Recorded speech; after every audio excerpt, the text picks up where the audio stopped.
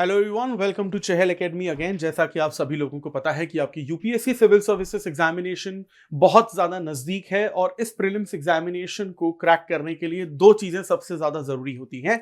एक होता है डिटेल में सिलेबस को सॉल्व करना, समझना, पढ़ना और उसके साथ टेस्ट सीरीज को ज्वाइन करना और साथ ही साथ हर जीएस के सब्जेक्ट्स के पीवाईक्यूज को सॉल्व करना। और इसी पर्टिकुलर सीरीज में आपके सामने आज ज्योग्राफी के 2004 के पीवाईक्यूज को हम सॉल्व करने वाले हैं, जिसमें सबसे पहला क्वेश्चन हमें देखने को मिलता है that consider the following geological phenomena. आपके पास यहां पर चार अलग अलग सिचुएशंस दी गई हैं और आपसे पूछा गया है कि इसमें से कौन सी पर्टिकुलर इंसिडेंट या कारण होता है जिसकी वजह से अर्थक्वेक आता है। पहला है डेवलपमेंट ऑफ अ फॉल्ट, दूसरा मूवमेंट अलोंग अ फॉल्ट, तीसरा वोल्केनिक इरप्शन और फोर्थ है आपका फोल्डिंग ऑफ द रॉक। यानी कि बेसिकली इसमें जो आपका ऑप्शन नंबर डी है 1 2 3 4 चारों के चारों सही ऑप्शन है। क्योंकि अब हम लोग देखते हैं ऐसा क्यों है। क्योंकि देखिए, जब फॉल्ट का डेवलपमेंट होता है यानी कि बेसिकली फ्रैक्चर जोन क्रिएट होता है कहीं पर किसी भी दो पर्टिकुलर कॉन्टिनेंटल प्लेट्स के डाइवर्जन से, जिससे कि आपका ब्लॉक माउंटेन बनता है, तो इमीडिएटली तो बेसिकली इससे क्या है कि सिस्मिक वेव्स क्रिएट नहीं होती हैं इमीडिएटली, तो अर्थक्वेक नहीं आता है। लेकिन धीरे धीरे जैसे जैसे इस फॉल्ट का और ज्यादा डेवलपमेंट होता रहता है तो फ्यूचर में सिस्मिक एक्टिविटीज हमें देखने को मिलती हैं और इस वजह से इससे अर्थक्वेक आ सकता है।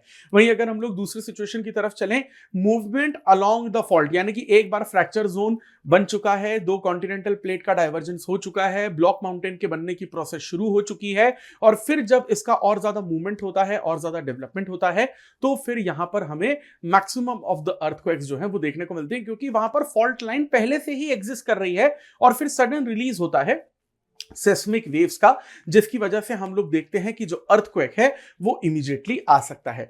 तीसरा वोल्केनिक इरप्शन 100%। जब भी वोल्केनिक एक्टिविटी हमको बेसिकली देखने को मिलती है जब ओशनिक प्लेट कॉन्टिनेंटल प्लेट के नीचे चली जाती है कन्वर्जेंस की वजह से, तो वहां पर बेसिकली जो मॉल्टन रॉक या जिसे हम मैग्मा कहते हैं वो क्रिएट होता है और उस मैग्मा का जब मूवमेंट होता है अर्थ के सर्फेस के ऊपर, जब वो मैग्मा निकलता है, जब हम उसे लावा कहते हैं, तो वो जो मैग्मा का बेसिकली मूवमेंट होता है अर्थ के सर्फेस के नीचे, उससे बेसिकली जो प्रेशर है वो क्रिएट हो जाता है सराउंडिंग रॉक्स पे, इसका बहुत ज्यादा इफेक्ट पड़ता है और जो सेस्मिक वेव्स हैं वो जनरेट होती हैं और फिर फाइनली हम लोग देखने को मिलता है कि हमें अर्थक्वेक आ रहा है, यानी कि वोल्केनिक एक्टिविटी भी हमें देखने को वहां पर मिलती ही है। नेक्स्ट हमें एक और चीज देखने को मिलती है कि फोल्डिंग रॉक, यानी कि जब दो कॉन्टिनेंटल प्लेट का कन्वर्जेंस हमें देखने को मिलता है जिसकी वजह से फोल्ड माउंटेन भी हमें देखने को मिलते हैं। उदाहरण के तौर पर 70 मिलियन ईयर्स अगो पहले या 70 मिलियन साल पहले या 7,000 करोड़ साल पहले जब इंडोचाइना प्लेट यूरेशियन प्लेट के साथ टकराई थी, कन्वर्ज हुई थी, तो हिमालयन माउंटेन का फॉर्मेशन हमें देखने को मिला था जिसकी वजह से टेक्टोनिक फोर्सेस क्रिएट हुई थी। इसीलिए वहां पर हमें अर्थक्वेक जो है आज तक हमें हिमालय के फोल्ड माउंटेन में देखने को मिलते हैं और सेम तरीके की जो एक्टिविटी है फोल्डिंग ऑफ द रॉक्स में दुनिया की हर जगह पर देखने को मिलती है। वहीं अगर हम लोग सेकंड क्वेश्चन पे आए तो असर्शन और रीजन, ये दो स्टेटमेंट आपको दिए गए हैं। पहला आपसे पूछा गया कि जो एटमॉस्फेयर की थिकनेस है वो इक्वेटर पे मैक्सिमम होती है, बिल्कुल सही बात है, बिल्कुल होती है। और रीजन इसका है कि यहां पर हाई इंसुलेशन और स्ट्रॉन्ग कन्वेक्शन करंट जो है देखने को मिलती है इक्वेटर पे। तो जी हां, बिल्कुल, यानी कि इसका जो सही आंसर है वो ऑप्शन नंबर ए होने वाला है कि दोनों ए और आर सही हैं और आर जो है वो करेक्ट एक्सप्लेनेशन है ए का। यानी कि आपका जो बेसिकली ये जो थिकनेस है एटमॉस्फेयर का वो आपको इक्वेटर पे मैक्सिमम देखने को मिलता है, क्योंकि यहां पर आपको ट्रोपोस्फेयर की हाइट भी जो है सबसे ज्यादा देखने को मिलती है, क्योंकि इंसुलेशन यहां पर सबसे ज्यादा है। तो इंसुलेशन जब सबसे ज्यादा, तो टेम्परेचर हाईएस्ट रहेगा तो प्रेशर लोएस्ट रहेगा, तो कन्वेक्शन करंट जो है यहां पर आपको सबसे ज्यादा देखने को मिलती है, जिसकी वजह से इक्वेटर पे आपको बहुत ज्यादा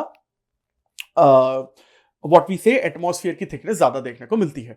चलिए तीसरे क्वेश्चन की तरफ बढ़ते हैं कि इनमें से कौन सा स्टेटमेंट करेक्ट है। यहाँ पे क्लाउड्स के बारे में पूछा गया है। पहला बोला गया है cirrus clouds are composed of ice crystal, बिल्कुल सही बात है, तो ऑब्वियसली बात है, then option number A is the correct answer. फिर भी बाकी स्टेटमेंट्स हम लोग देख लेते हैं। Cirrus clouds exhibit a flat base, have the appearance of the rising domes, नहीं, थोड़ा सा पफी होता है, तो ये वाला तो गलत हो जाएगा।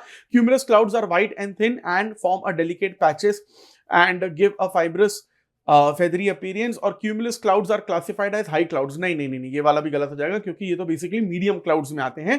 तो जो आपका ऑप्शन नंबर ए है यानी कि सिरस क्लाउड्स जो है वो आइस क्रिस्टल से बने होते हैं, यही आपका सही जवाब है। और ये बेसिकली थिन होते हैं, विस्पी होते हैं, काफी ज्यादा ऊंचे होते हैं, हाई क्लाउड की कैटेगरी में आते हैं क्योंकि 20,000 फीट से ज्यादा की ऊंचाई आपको देखने को मिलती है, यानी कि 6,000 मीटर या 6 किलोमीटर की ऊंचा होता है ये। वहीं अगर हम क्यूमुलस क्लाउड की बात करते हैं तो ये फ्लफी होते हैं, व्हाइट क्लाउड्स होते हैं और इनका जो बेस है वो काफी ज्यादा फ्लैट होता है, पफी होता है। और ये जो बेसिकली क्लाउड्स हैं ये फेयर जो वेदर है, काफी अच्छा मौसम हमें देते हैं। क्लासिफिकेशन की बात करें तो ये लो टू मिडिल क्लाउड्स में आते हैं, यानी कि 2000 से 6000 फीट के बीच में आपको ये देखने को मिलता है। वहीं अगर हम लोग इन तीनों हिल्स की बात करें तो इसमें पूछा गया है कि इसका नॉर्थ से लेकर साउथ तक का सीक्वेंस क्या है, तो दैट इज 1, 3 एंड 2, यानी कि जो महादेव हिल्स हैं वो सबसे नॉर्थ में होते हैं, फिर सतपुड़ा रेंज नंबर 3 पे है और सह्याद्री पर्वत जो है वो बेसिकली सबसे ज्यादा साउथ में आता है। क्योंकि महादेव हिल को अगर आप देखते हैं तो ये सेंट्रल पार्ट ऑफ इंडिया में आता है, मध्य प्रदेश में, और सतपुड़ा रेंज का ये नदन पोर्शन है। वहीं अगर हम लोग सतपुड़ा की बात करते हैं तो ये सेंट्रल इंडिया में आता है, मध्य प्रदेश, महाराष्ट्र, छत्तीसगढ़ में आता है। वहीं अगर हम लोग सह्याद्री पर्वत की बात करते हैं तो सह्याद्री पर्वत जो है वो बेसिकली वेस्टर्न घाट्स का आपका रेंज में आते हैं, माउंटेन रेंज में। इंडिया, गुजरात, तमिलनाडु, ये पूरा का पूरा आपका रेंज वेस्टर्न घाट में आता है। वहीं अगर हम लोग फिफ्थ स्टेटमेंट पर चलते हैं तो फिर से आपको असर्शन और रीजन दिया गया है। पहला पूछा गया है वेस्ट फ्लोइंग रिवर्स जो है पेनिनसुलर इंडिया में वो डेल्टा नहीं बनाती है, तो बिल्कुल सही बात है, डेल्टा नहीं बनाती। और दूसरा रीजन पूछा गया है कि these rivers do not carry any alluvial sediment. नहीं, ऐसा नहीं है, अलुवियल सेडिमेंट तो कैरी करती हैं क्योंकि यहां पर इरोजन तो ऑब्वियस सी बात है कि होना ही है, लेकिन अलुवियल सेडिमेंट नहीं होते, इस वजह से यहां पर डेल्टा नहीं बनता, ये गलत है। तो यहां पर जो आपका ए है, असर्शन है, वो यहां पर सही होगा और आर जो है वो फॉल्स होगा, यानी कि ऑप्शन नंबर सी आपका सही है। क्योंकि बेसिकली डेल्टा इसलिए बनाते क्योंकि वेस्टर्न साइड पे, वेस्टर्न घाट पे हमको थोड़ा सा स्टीप स्लोप जो है वो देखने को मिलते हैं। ये बेसिकली इसका एक्सप्लेनेशन है। वहीं अगर हम लोग सिक्स्थ क्वेश्चन की तरफ चलते हैं कि जो लेक सांबार है वो किसके सबसे ज्यादा नजदीक है राजस्थान में, सीधी सी बात है कि जयपुर में नजदीक है। काफी इकोलॉजिकल डाइवर्स है ये, इनलैंड सॉल्ट वाटर लेक है, करीबन 230 स्क्वायर किलोमीटर का जो एरिया है ये कवर करते हैं और मॉनसून सीजन में ही बेसिकली ये थोड़ा सा और ज्यादा बढ़ जाता है। इंडिया में जितना भी सॉल्ट प्रोडक्शन होता है उसका 9% सॉल्ट प्रोडक्शन जो है वो सांबार लेक से ही होता है। सांबार सॉल्ट लिमिटेड जो इसको करती है और काफी माइग्रेटरी जो बर्ड्स हैं जैसे फ्लामिंगो हो गया, पेलिकन्स हो गया, ये हमें देखने को मिलता है। वहीं अगर हम लोग सेवेंथ स्टेटमेंट क्वेश्चन की बात करें, जो इंडियन स्टेट्स हैं उसमें मिनिमम फॉरेस्ट कहां पर है, सीधी सी बात है हरियाणा में होगा। क्योंकि हरियाणा में बेसिकली क्या है कि एग्रीकल्चर लैंड जो है वो आपको ज्यादा देखने को मिलती है और दूसरे स्टेट से अगर आप कंपेयर करते हो तो काफी कम आपको फॉरेस्ट देखने को मिलता है। वहीं सिक्किम तो ऑब्वियस सी बात है कि हाई फॉरेस्ट कवर है ही, और गोवा और जो केरला है वो वेस्टर्न घाट की वजह से बहुत ज्यादा फॉरेस्ट डेंसिटी हमें देखने को मिलती है। एट्थ क्वेश्चन पे अगर हम लोग आते हैं तो फिर से असर्शन और रीजन, ये दोनों चीजें हमें देखने को मिलती हैं। असर्शन आपसे पूछा गया कि जो बैंगलोर है वो काफी ज्यादा एवरेज एनुअल रेनफॉल जो है वो बेसिकली क्रिएट करता है मैंगलोर के कंपैरिजन में, और जो बैंगलोर है वो बेसिकली नॉर्थ और साउथ वेस्ट मानसून और नॉर्थ ईस्ट मानसून दोनों से यहां पर लेता है रेनफॉल। तो देखो यहां पर जो ए है ना वो गलत है, क्योंकि बैंगलोर में एवरेज रेनफॉल बैंगलोर से ज्यादा होता है, बैंगलोर में थोड़ा सा कम होता है, लेकिन इसका जो रीजन दिया गया है वो सही है, यानी कि ए फॉल्स है और आर जो है यहां पर सही है। क्योंकि अगर आप मैंगलोर और बैंगलोर को कंपेयर करते हो तो मैंगलोर में आपको एवरेज रेनफॉल ज्यादा देखने को मिलता है, लेकिन बैंगलोर के बारे में यह बात भी पूरी तरीके से सही है कि नॉर्थ ईस्ट मानसून हो जो तमिलनाडु में बारिश कराता है, या साउथ वेस्ट मानसून हो जो केरला से बारिश करा के पूरे इंडिया में फैलता है, दोनों रेनफॉल से बैंगलोर में बारिश होती है। नाइन्थ आपको फिर से असर्शन और रीजन देखने को मिलता है। पहला है India does not export natural rubber. नहीं, करता है नेचुरल रबर, बिल्कुल करता है। तो पहला वाला तो देखो गलत हो जाएगा, बहुत कम करता है लेकिन करता है। और दूसरा पूछा गया कि 97% जो इंडिया की डिमांड है नेचुरल रबर की वो डोमेस्टिक प्रोडक्शन से ही पूरी तरीके से आती है। तो ये बात बिल्कुल सही है। देखो ऐसा है कि हमारे यहाँ जो रबर है वो तो हम लोग बिल्कुल नेचुरल रबर हमारे यहाँ होता है, लेकिन हमारा क्या है कि डोमेस्टिक डिमांड ही इतनी ज्यादा है कि हम लोग ज्यादा एक्सपोर्ट कर ही नहीं पाते, क्योंकि पूरा का पूरा कंज्यूम जो है वो डोमेस्टिकली हो जाता है। और इंडिया में जितना भी नेचुरल रबर का डिमांड है 97% जो है इंडिया बेसिकली डोमेस्टिक रीजन से ही, प्रोडक्शन से ही पूरा का पूरा अपनी डिमांड फुलफिल कर लेता है। और उसमें सबसे ज्यादा अगर रबर प्रोड्यूसिंग स्टेट जो है वो केरला है, क्योंकि रबर प्रोडक्शन के लिए अगर आप देश देखें तो इक्वेटर के जो सबसे ज्यादा नजदीक देश रहते हैं वहीं पर रबर ज्यादा होता है, क्योंकि इसके लिए आपको ह्यूमिडिटी, टेम्परेचर, रेनफॉल बहुत ज्यादा चाहिए रहता है। That's why Kerala is the country here. अब अगर यहाँ पे 4 क्रॉप्स दिए गए हैं और इसमें पूछा गया कि खरीफ क्रॉप्स कौन सी हैं, तो सीधी सी बात है कॉटन है, ग्राउंडनट है और मेज है। ये तीनों आपकी खरीफ क्रॉप हैं, यानी कि मॉनसूनल क्रॉप्स हैं। और जो मस्टर्ड है वो आपकी विंटर क्रॉप है, यानी कि आपकी रबी क्रॉप है। तो खरीफ वही है जिसे हम लोग जून जुलाई में उगाते हैं और अक्टूबर नवंबर में काट लेते हैं। तो कॉटन, ग्राउंडनट और जो मेज है वो आपकी खरीफ क्रॉप है। लेकिन मस्टर्ड की बात करें अगर हम लोग, तो यहां पर ये अक्टूबर नवंबर में हम लोग इसको उगाते हैं और मार्च अप्रैल में इसको हम लोग काट लेते हैं। ठीक। अब which of the following national highway, इसका रूट जिसका यहां पर सबसे लंबा है इनमें से दिया हुआ, तो देखो कलकत्ता और Hazira, that means Bengal and Gujarat, इसका रूट आपको सबसे ज्यादा देखने को मिलेगा। इसको पहले ये नेशनल हाईवे नंबर 6 का पार्ट होता था, लेकिन अब ये नेशनल हाईवे नंबर 53 का पार्ट है। टोटल अगर हम लोग इसकी लेंथ देखें तो 2000 किलोमीटर के आसपास देखने को मिलती है।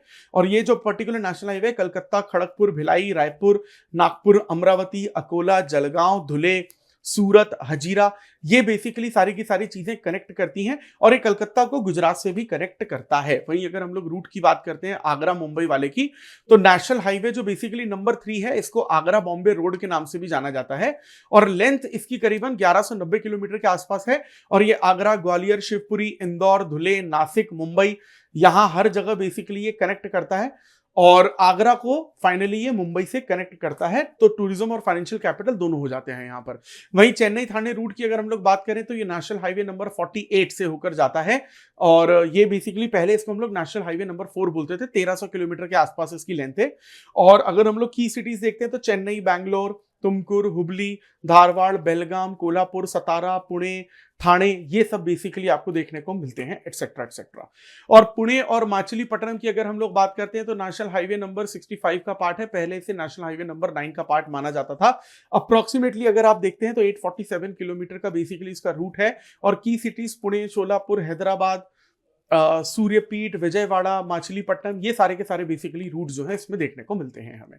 वहीं अगर हम लोग नेक्स्ट क्वेश्चन की बात करें तो यहां पर आपको 2 स्टेटमेंट दिए गए हैं, इसमें आपको ये बताना है कि कौन सा स्टेटमेंट करेक्ट है। पहला बोला गया है Damodar valley corporation is the first multipurpose river valley project of independent India, बिल्कुल सही बात है, तो पहला स्टेटमेंट तो सही है इसमें। और दूसरा है Damodar valley corporation includes thermal and gas power station, ये गलत है, गैस पावर स्टेशन नहीं है, लेकिन जो थर्मल पावर स्टेशन है वो बिल्कुल सही है। तो देखो इसमें सिर्फ जो पहला स्टेटमेंट है वही सही होगा। दामोदर वैली कॉर्पोरेशन जो है वो 1948 में स्टैब्लिश किया गया था और इंडिपेंडेंट इंडिया का पहला ये मल्टीपर्पज रिवर प्रोजेक्ट जो है वो आपको देखने को मिलता है।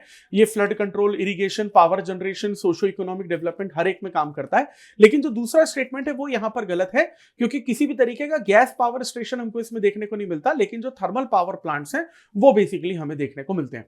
अब ये जो ग्रेट एशियन रिवर है मेकॉन्ग, वो बेसिकली किसके थ्रू बहती है, तो यहां पर चाइना, कंबोडिया और लाओस के थ्रू बहती है, मलेशिया के थ्रू यहां पर नहीं बहती है।